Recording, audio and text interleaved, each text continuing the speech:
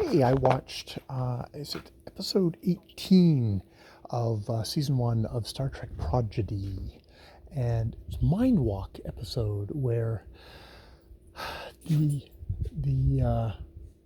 spaceship that all these kids are on is being pursued by Admiral Janeway, and they decide to try and telepathically communicate with Janeway, except it ends up transporting young cocky Dal's mind into Admiral Janeway's, and Freaky Friday plot ensues, where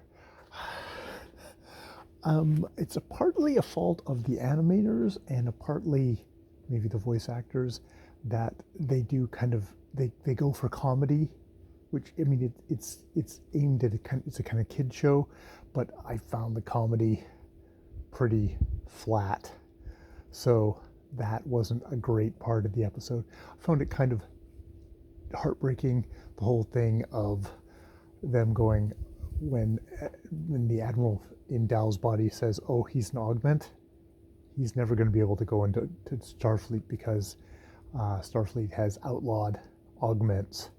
I don't know if it's in Starfleet itself or in general. It's just like they're completely against it. We've had this with like Bashir on Deep Space Nine and various, in Strange New Worlds just recently.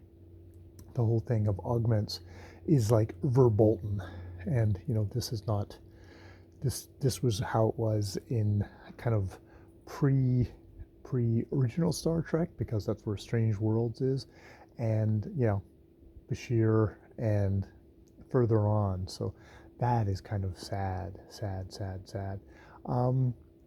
There's there's the kind of the various things that these episodes do, which are like, okay, this is supposed to be some kids' introduction to Star Trek, but it's still like they do a lot of unforced errors where you think, if you wrote this a little bit smarter, you wouldn't have to be making an error here.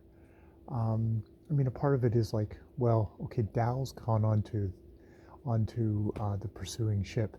Why doesn't he do what Janeway does, which is go, "Hey, I'm Dal. We've swapped bodies, but here is the story, and this is why you guys shouldn't contact the other ship, and or force some kind of contact." It's like, no, that yet again never happens. We're still doing that. Nobody's going to have a conversation. It's like, because like, okay, we know that they've been infiltrated by this alien race that is bent on revenge for having destroyed their civilization, but he doesn't know that. So why doesn't he just have a conversation? Other than he's Wacky Dal, and he's been written that way as Wacky Dal in a way that is, I'm finding it less and less endearing, because they're just not providing him with smart enough scripts. So I am enjoying it. It's nice to have a half an hour animated Star Trek. I do find the animation here, it's definitely that kind of inexpensive CGI animation, which is why it's like, well, if you can have inexpensive CGI animation, you should be putting more effort into the scripts in a way, because there's still a bit of an uncanny valley. It's just even how the humanoids, it's funny, the main characters, the kids, they're humanoids, but they're aliens, so how they move feels kind of alien-y. But whenever they're doing kind of like, basically, okay, these would be, if this was in real life Star Trek, they would be being played by human beings with a bit of prosthetic on them. They don't move as convincingly as human beings, I find. It's funny, the hologram Janeway is more of a convincing animated character than the real Janeway. When you get the real Janeway, it's very much more of that uncanny valley thing, which is interesting, because I mean, they're both voiced by Kate Mulgrew. And I also just like I like the hologram Janeway better because it's the hologram.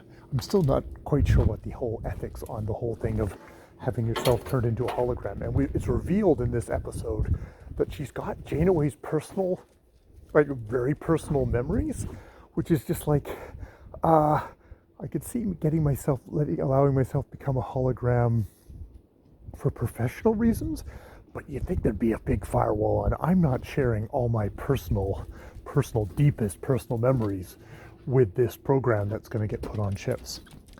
Yeah, interesting. All right, I've been Jay. More videos later.